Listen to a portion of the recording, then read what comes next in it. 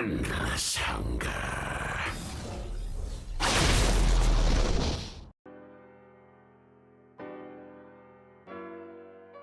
Hello everyone.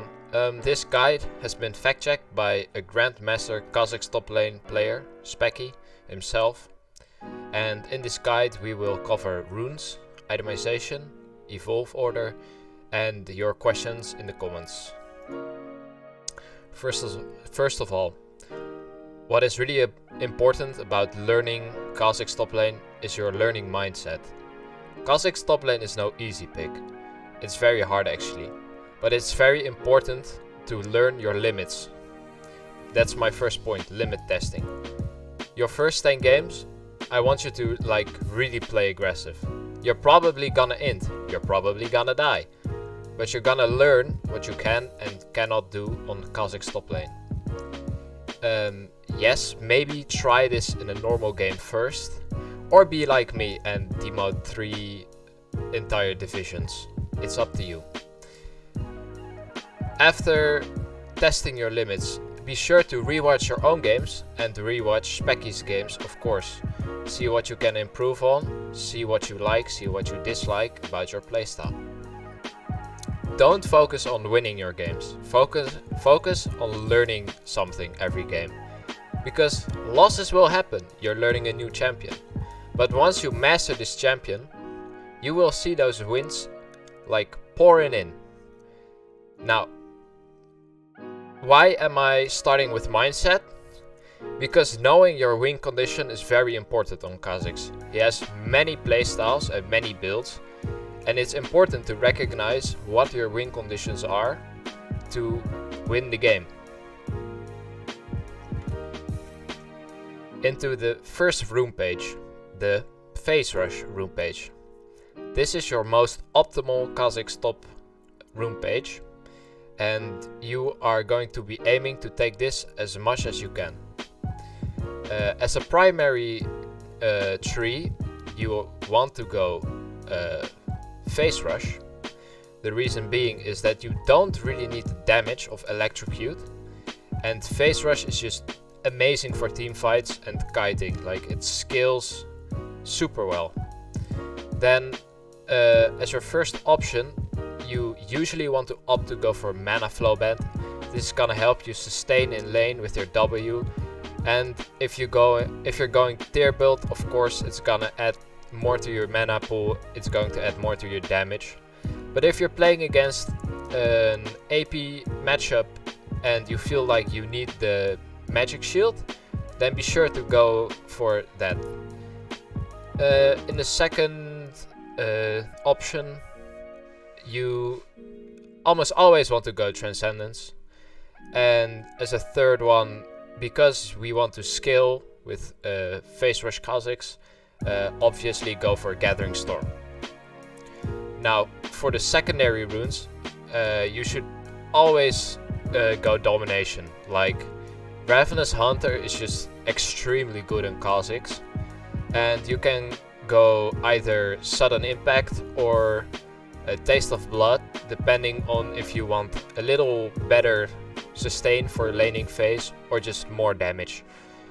And of course go Armor or Magic Resist, depending on the matchup, and maybe even go double Armor or Magic Resist if their team comp allows it. The Conqueror runes. Now you want to use Conqueror whenever you feel like your win condition is winning the lane, winning the early game. So with the Conqueror page, you are going for a more aggressive early game.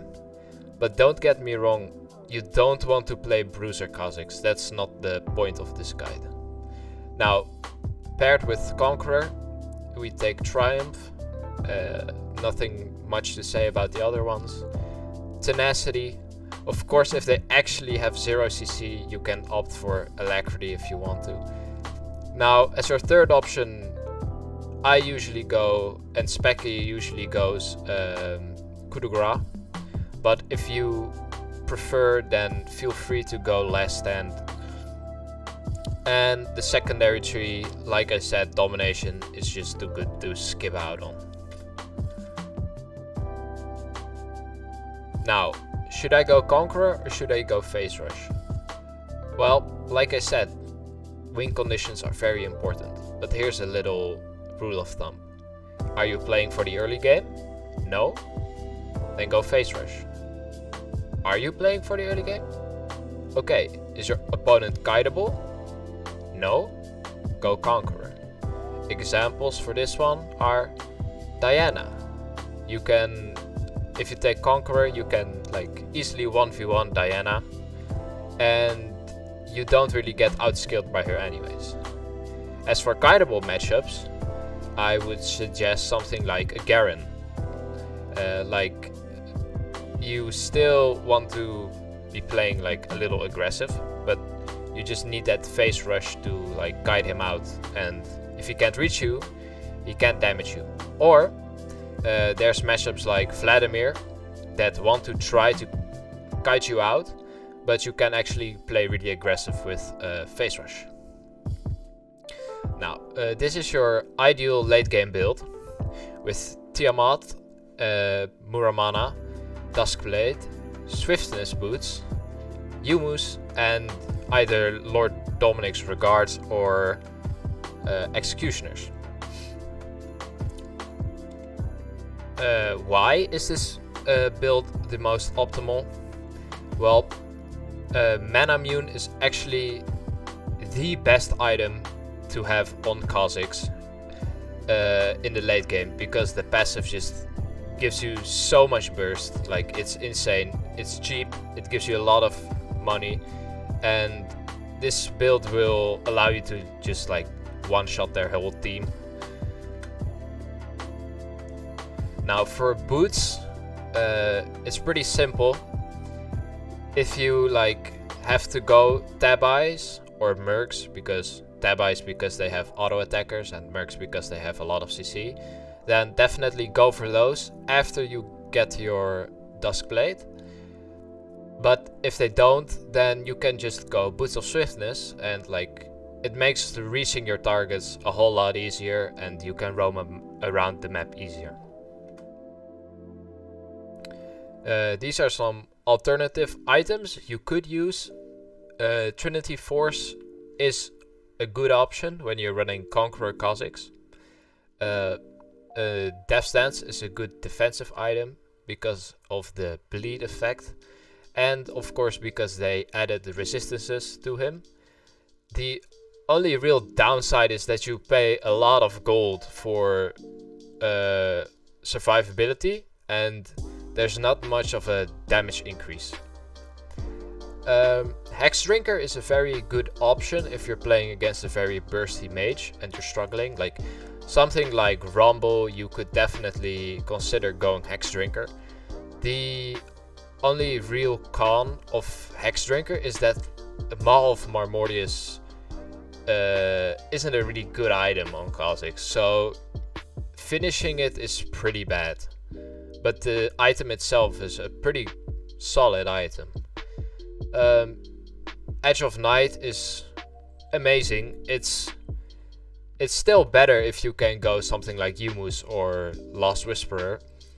But if they have like very annoying abilities to deal with, like a TF ultimate that reveals you, then going for Edge of Night is really good. And as last, if you need a bit of armor and you are like a very important target, like let's say you're carrying a 1k shutdown, you obviously don't want to give that shutdown away, then you can consider going Guardian Angel. It's pretty cheap, it has some pretty good stats, and of course the revival is just super good. Okay, so when do you want to go Tiamat? Well, the pros of Tiamat are that you have a lot of burst, that you have pressure in lane, so you can like rotate, help out your jungler, gank mid lane with your jungler, teleport bot lane, gank bot lane. So it opens up plays, and it helps you out with proccing Phase Rush, because a matchup like Jax, where you jump on him and then can't really auto attack him, like being able to W Tiamat Q and then like proccing the phase rush is really handy. And you can also use Tiamat to wave clear the caster minions. So if someone is hiding in their minions, you can jump on him, W Tiamat the wave, and they will be isolated. And you can get some pretty solid trades off. And then if you're running phase rush, you can either chase them down or just back out and do it again when your E comes up again. Now, what are the cons of a Tiamat? Well, the first con is that you can't freeze. So if you are planning to freeze, don't go Tiamat. But the biggest con is that you delay your disc blade power spike by 1300 gold. But usually it's pretty worth it. So when should you go Tiamat?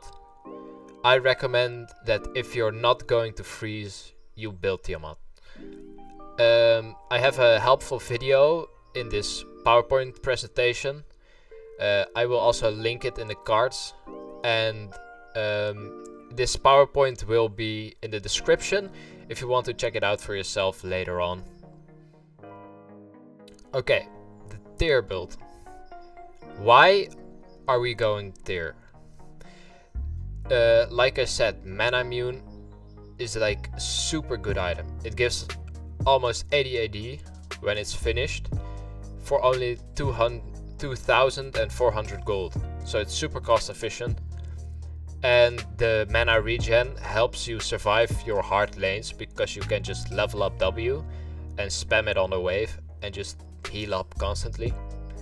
And the passive of Muramana actually procs on your passive from Kha'zix. So when I have my passive and I auto attack Q someone, it will do 3 amounts of Muramana damage procs, which results in like 300 extra damage per combo, which is insane. Like if you have Muramana and I'm sorry, I just forgot it. If you have Muramana and Duskblade, you can like one-shot someone that's like 3 levels higher than you, as long as they don't really stack armor. Okay, so when should I go tier? Well, there's 2 scenarios really. You're either playing against a tank, like Maokai, which you're obviously not going to kill, so you can just scale up. He's not going to do anything to you, you're not going to do anything to him, and then later on in the game you're just so much more useful, like blowing everyone up. Or if you're playing against like a really hard matchup that you're just not gonna win, like it's just you're not gonna kill him, so you just want to like go tier, sit out the laning phase, and then be useful later. Hope that you don't die too much, hope that your team doesn't die too much, and that you don't have to FF at 20 minutes. There's actually a third one. Maybe you've seen it on the channel already, but like if you're playing against something like Nasus, which is just gonna be a lane of scaling and scaling, then you can also opt for a tier build to like keep up with that scaling. What is the con of going tier build? Well, first of all, it will delay your power spike by 850 gold or even more. And second of all, like your early game is just super weak. Like tier doesn't provide any AD, so if you go tier, then definitely expect to like see your early game like drop significantly, but like the payoff is just immense. Okay, so which starter item should I go? Now, in the hardest of matchups, you want to go Doran's Shield. Now, some examples of these matchups are Lucian, Kalista, Rumble, Aatrox. Like these champions are just very dominant, and they have like good escape paths. Like you can't really kill them either, so you're playing passive and you're being harassed constantly. Now your second option would be that you still have to play passive, like you won't be able to kill him like a Maokai, but they don't really have that pressure on you like a Lucian. So you can go for mana crystal and refillable potion and just rush that tier ASAP and then start scaling from there. Another option you have is going corrupting potion. This is when your lane is pretty hard, but you don't want to go tier build. So to just like help you out with the early game, you go corrupting potion. It sucks to like delay your power spike a bit, but it's fine. Like it's a pretty good investment. And this is your ideal start would be longsword plus a refillable, and then you can build your longsword into a Tiamat or a serrated dirk, and it's just really gold efficient. And if you're unsure about the matchup, you can always opt for 3 potions instead of a refillable potion to get more sustain on your first back. Tier and Tiamat. Yes, it's super good. Like if you can go both, then like your damage will be insane. Like once you finish that mana mune, your damage is going to the roof. Like the burst of Tiamat and the passive of your Muramana is gonna do so much damage. The only downside is that you pay so much money. Like you delay your serrated dirk and you delay your dusk blade by a huge amount. And because you don't really need the Tiamat versus tanks, it's better if you just go tier and then scale up. If you want to go tier and Tiamat, definitely start with Tiamat and then get the tier after. If you're playing well, then usually you get your Tiamat on your first back, and then on your second back you can instantly get mana mune. Okay, that shouldn't be saying items, but what skill order should I max? As always, it depends on your win condition, it depends on your build. If you're being pressured in lane and you need that sustain from your W, go for W. And if you are not being pressured, then level your Q. Q is better, but only like if the situation allows for it. Now, for when you're unsure if you should level up your W or Q, if you're going tier build, you should level up your W, and if you're going Q evolve, you should level up your Q. The reason for this is that when you're going tier build, you will be able to spam more Ws and you will be able to spam more healing. And if we level up our W, then of course we're going to get more benefits from it. And Q evolve is more aggressive, you're gonna use those Qs a lot, so if those are higher level, then you're gonna benefit more from it. Okay, so which evolve order should you go? Now, first of all, if you're playing Conqueror, you just always go Q evolve first. And what you want to do after Q evolve is up to you. Now, what are the benefits of each evolution? Let's start off with our W. Our W gives us a huge slow. So this is more of a utility evolution.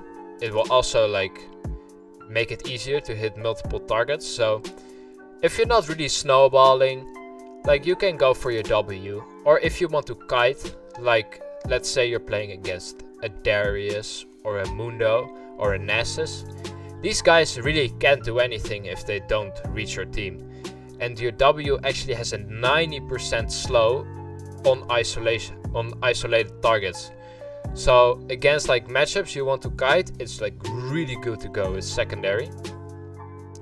Now E secondary is very snowbally, like obviously you can make a lot of plays with your E, it has more range, it just lets you go in and out, very snowbally, very good if you're snowballing or if you have a lead.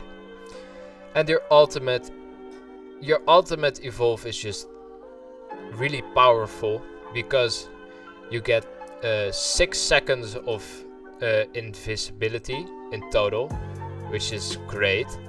And your dueling potential and team fighting potential just goes way up. If you don't need your W and you're not snowballing, R is very solid. Just do be careful that when you're playing against a champion that has a lot of AoE, then R might not be as good. As for phase rush, you usually want to go R evolve first, unless you're playing against like matchups that don't really need to target you. R evolve is just really good. Like it sets you up for more passive procs, for more Duskblade procs, and it scales better than Q evolve. Like Q evolve late game doesn't really do much for you in team fights, because with the phase rush build you are looking to one-shot someone without them being isolated, and you don't really need the cooldown reduction that your evolve gives you when you Q someone anyways, because you're going to use your R to get back your Q cooldown.